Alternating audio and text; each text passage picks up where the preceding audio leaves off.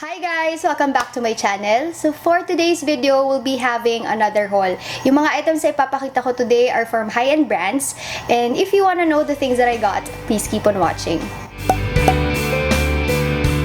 Guys, yung mga ipapakita ko today were mostly sent to me, pero yung mga mangilan-ngilan binili ko. So what I'll do, I'll put all of the info in the description box below para makita nyo kung saan sila galing. And alam kong excited na kayo sa giveaway, so para maiba naman, uunahin ko ipakita sa inyo yung ipapamigay natin sa video na to. Lahat ng yun guys, galing kay Sephora PH. First off, we have this Benefit Duda Hula Kit, and ang laman niya sa loob, ipapakita ko. Para siyang libro guys, and pag inopen mo, ayan. Itong kit na to kasi, inspired siya dito sa Hula bronzer. So we have a small deluxe sample size, and then we have a small brush para panggamit dito sa Hula bronzer. We have the Hula lip gloss, Verial mascara, Duda Hula, which is DEW, para siyang hula in the liquid form. Tapos itong Bene Balm. Alam niyo, hindi ko na nga sinama lahat ng sinend ni Sephora, so ang papakita ko lang today yung mga ipag-giveaway natin kasi hindi ko naman lahat magagamit yon. Next, we have this, wait lang, tinago ko agad, hindi ko pa napapakita. We have this Benefit Kissy Missy fully equipped lip kit, and para siyang may tin can. When you open guys, we have two shades of this Benefit Dariel Double the Lip. Para siyang liner and lipstick in one. Tapos isang Benny Tint and isang Lolly Tint. We're also giving away this set of Too Faced Naughty Kisses and Sweet Cheeks. So tatlo siyang set sa loob. And sa isang gift set, we have a powder blush and then isang gloss. Isa to sa favorite scent ko kay Philosophy, but we have this shampoo, shower gel, and bubble bath in one. Tapos isang gloss na peppermint stick din yung flavor. And lastly sa ipapamigay ko guys, we have this Christmas in New York na set ni Too Faced. Sorry kasi Christmas edition pa to. Christmas kasi siya talaga binigay sa akin, kaya lang hindi ko pa siya nagawa ng giveaway. Kasi para sa akin naman siya talaga lahat. So, dinicide ko na lang na ibigay yung kalahati sa inyo. Ang ganda ng box nito, and when you open, you get an eyeshadow palette dito sa baba. Ay, hindi na pala kami kasha. So, eyeshadow palette, ayan siya. Tapos sa taas, we have this Too Faced Insurance or Shadow Insurance, Too Faced Better Than Sex Mascara, and their Too Faced Melted Chocolate na liquefied longwear lipstick. Ayun yung part ng giveaway guys, and all of the mechanics will be again in the description box below. So, ikumpleto nyo lang lahat ng steps and you will be automatically joined sa giveaway. So, good luck na lang sa mga sasali, and we're proceeding sa rest ng haul. In-include ko to sa high-end haul kasi parang ang alam ko si Vanilla Co is also high-end na considered sa Korea. First off, we have this Vanilla Co Cover 10 na cushion. May SPF 30 siya. And ito guys, mahal man siya, may kasama siyang refill. So, yung refill niya nandyan. And this is the cushion case. Ayan. So, I got the shade BE20, and when you open, of course, you get a puff. Tapos, unlike other cushions, ito parang ipipress mo siya para lumabas yung kanyang content sa loob. Trinay ko siya sa counter. Okay naman yung pagka-yellow undertone niya, and ang maganda sa kanya, may coverage na. Pero kasi ibang usapan talaga pagka natetest na siya sa skin. So, I'm going to test this out. We have this Vanilla Co Prime Primer na blur variant, and ito yung pinakabago sa lahat ng primer ni Vanilla Co, sabi ni ate dun sa counter. And alam niyo kung bakit ko siya pinili? Bukod sa pinakabago siya, grabe ang ganda ng packaging nito guys. Ayan o, ang ganda diba? Pero ito daw, it's something to blur out your imperfections. Nung nag-swatch ako tapos trinay ko, parang meron siyang maliliit na shimmers. Ang bango niya, and para sa akin, para to sa normal to oily combination and dry na skin type. Pag oily ka, parang hindi.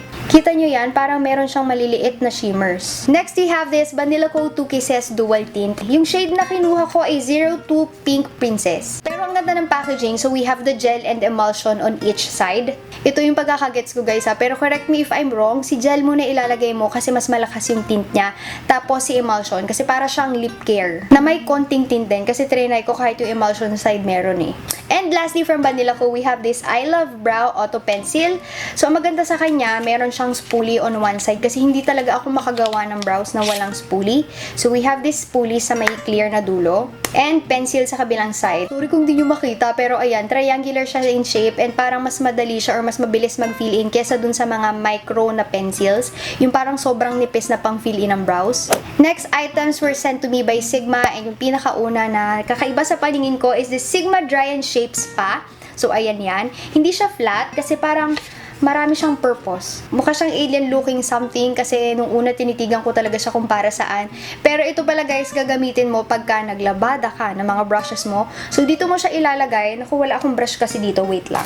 Ito na rin, sinendin to ni Sigma 3D HD Kabuki brush. So, ganyan yung shape niya. Pakita ko ng maayos before ko ilagay dun sa dry and shape. So, ipinasok ko siya dito sa parang may rubber. Tapos, parang nakatayo siya, itataas mo ata dito. Tama ba itong ginagawa ko? Yes, ayan. Pero ayan siya, napasobra kasi kanina ng taas.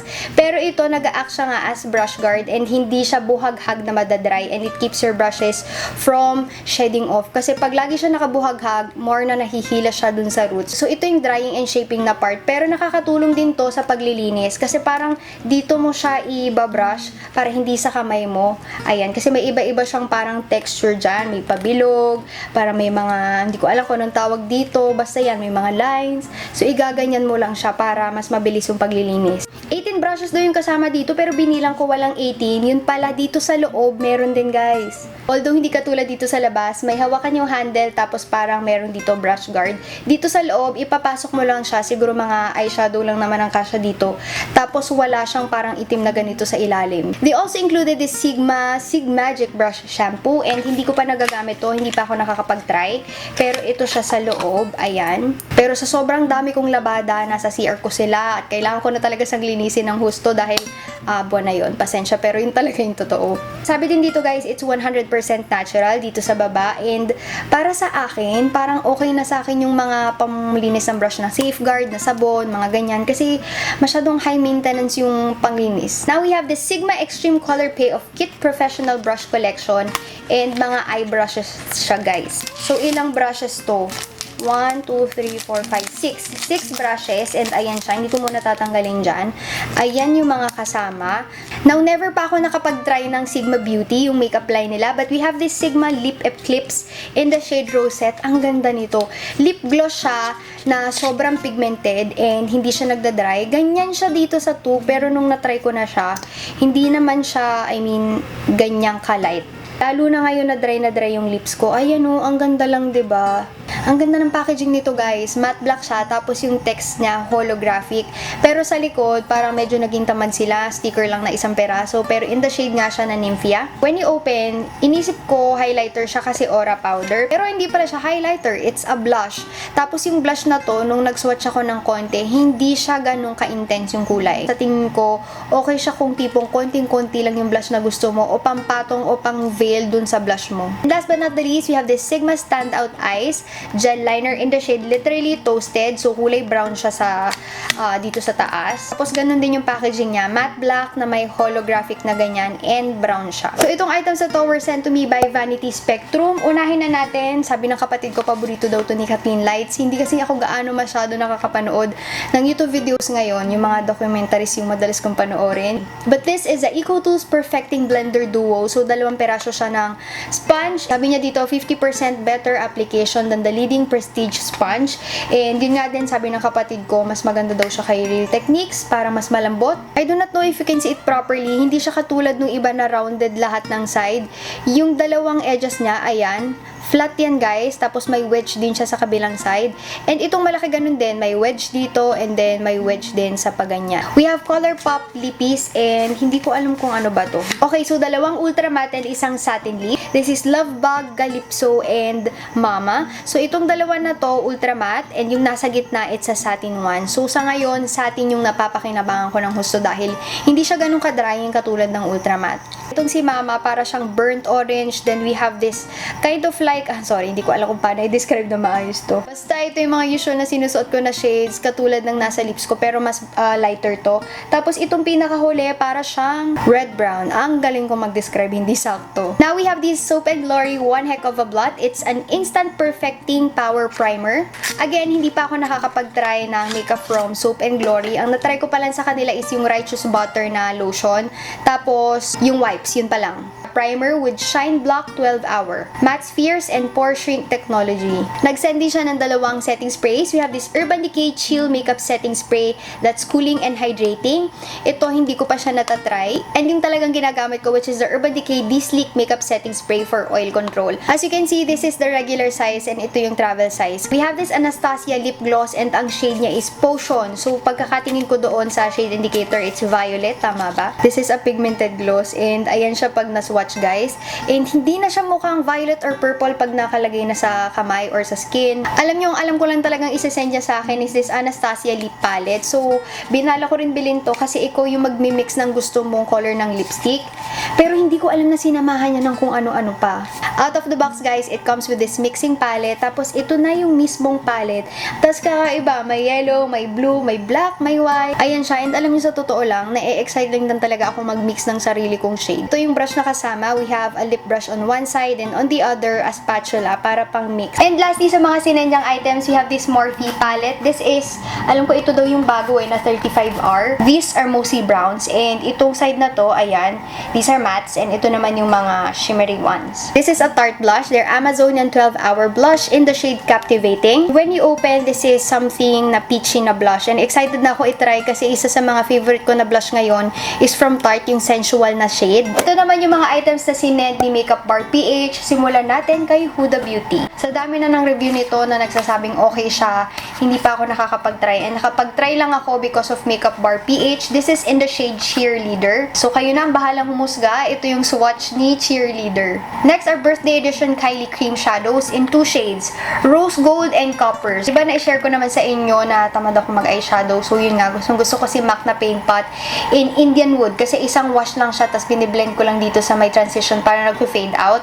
Kaya ayan, excited akong itry. Ito yung dalawang swatch, mukha siyang hindi pigmented, pero para sa akin pigmented na siya. Medyo light siyang tingnan dito. They also sent Jouer Longwear lip creams in the shades Cassis or Cassis and Orchid. This is Orchid blue tone na light pink and this is Cassis or Cassis. We have this the Balm Cindy Luminizer, yung kapatid ng very sikat na Mary Luminizer. Sorry naman, hindi pala siya makita sa screen, pero ito nga yung kapatid ni Mary Luminizer. A Skin Frost from Jeffree Star Cosmetics and this is in the shade King Tut. Kanya-kanyang trip lang yan, pero yung highlighter ni Jeffree parang alam niyo mas malaki pa siya sa powder foundation, pero ayan siya. And alam niyo na swatch ko na yung isa nito, sobrang pigmented niya, so I am expecting na ganun ka-pigmented din siya. Iyak.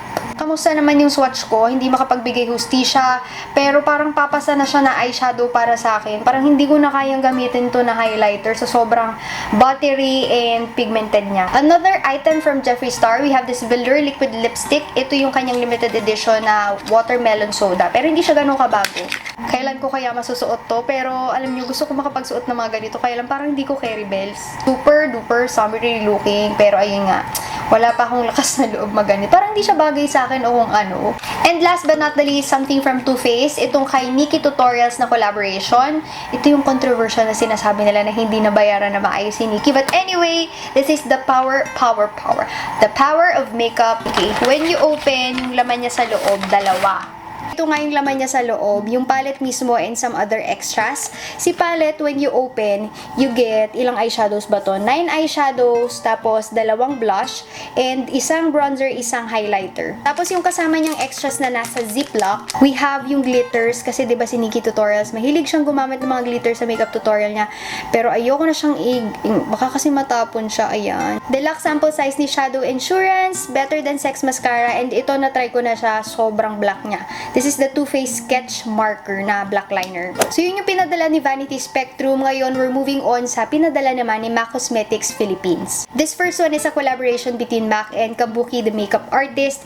And para siyang yung katulad ko dati sa Rihanna na collection, isang bronzer tapos isang blush. This is the blush taupe na ginagamit for contour. And the other one is Oh You Pretty Things. Another lipstick from that collaboration. This is in the shade Coral Bliss. Pero ayan yan guys. As you can see, may sheen siya. Sorry, hindi ko alam kung anong collection to, pero kakaiba yung mga shades nito. Isang kulay blue na hindi ko na isa-swatch kasi mukhang di siya sa akin bagay, and isang kulay green. And 2 shades ng kanilang liquid matte formulas. But I'm loving espresso kasi wala pa akong ganyan na shade, but this one is flesh. From Alluring Face on Instagram, they sent me this rose gold elixir na Farsali. Ito yung pinakaunang variant na infused daw with 24K gold, and hindi ko alam kung anong connection ng gold sa magandang skincare. Pero ito natapon to guys, kaya nagkaganyan. Ayan na stain yung labas niya, pero ayan siya. Ito yung maliit na size, may mas malaki pang size. rinay ko naman siya, okay naman. Siguro kung dry ka, okay siya. Pero pag tipong oily ka, hindi mo na siya kailangan. Pwede mo siyang i-mix sa foundation mo ng konting-konti lang. Sa mga foundation na maihirap i-work sa skin. Now naman, the recent items that Sephora sent me. This is the new Becca First Light Priming Filter in the shade, may shade siya eh. Ayun na pala talaga yung pangalan niya. Basta purple siya and it's said to parang brighten yung inyong skin tone. Alam nyo na, try ko na yung original nito. Pero hindi ko siya nagustuhan dahil para sa akin hindi siya para sa skin type ko and hindi ko na kailangan yung extra shimmers. Pwede naman akong like magdagdag sa moisturizer kung mukha akong dewy pero wala naman siyang gaanong naitulong. Another thing from Becca Sephora, we have this soft light blurring powder in the shade Golden Hour and ang ganda ng packaging niya, diba? As in, ayan. Kilala niyo naman ako guys, ang dami ko maglagay na loose powder so parang kumikintab yung mukha ko. Parang nung una, nung hindi pa ako nakakapaglagay ng blush and ng bronzer.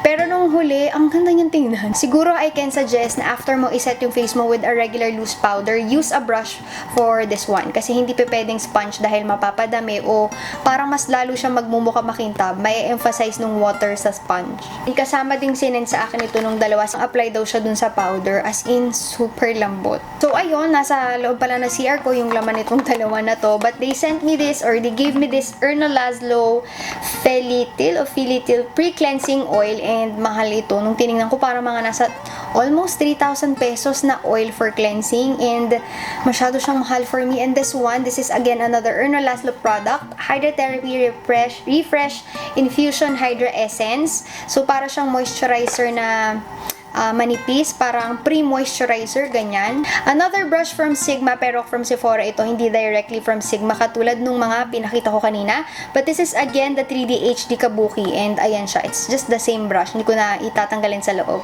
So yun yung mga sinend sa akin. Ngayon naman yung items na binili ko. So this is the Benefit Chic Parade, and ito yung bago nilang palette ng blushes. Ang nangyari kasi dito, bigla nagkaroon ng 900 pesos na hindi ko alam kung glitch ba yon o sinasadya na Sephora na sale, Sephora PH. So, ang daming bumili, hindi ako nakaabot. So, si Tintin, isa sa viewer ko, hi Tintin, pero binenta niya na lang sa akin yung isa for 900 pesos. It's the same price. 5 powders, and I think these are full sizes. So, we have the regular Hula, and then we have this Hula Light, itong bago nilang blush, which is the California.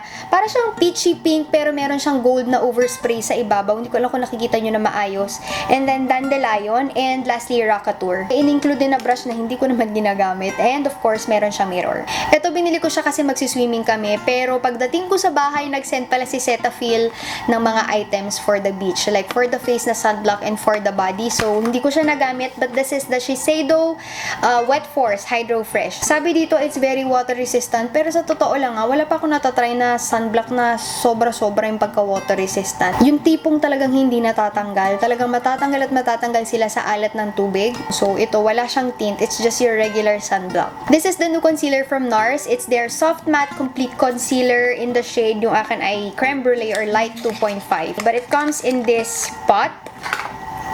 And when you open, ayan. So, ang ginagamit ko, since akin lang naman to, itong ring finger to apply. But this is not as pigmented katulad ng Radiant Creamy Concealer. And mas madaling i-work for me yung liquid kesa sa dito. Since meron akong mga lines dito sa under eye. So, para sa akin, kung marami kang lines, hindi ko alam kung bakit ko pa ito binili. Pero gusto ko lang matry kung okay yung kanyang coverage. Well, maganda pa rin naman yung coverage na, but I would prefer yung liquid for my skin type dito sa under eyes, which is dry.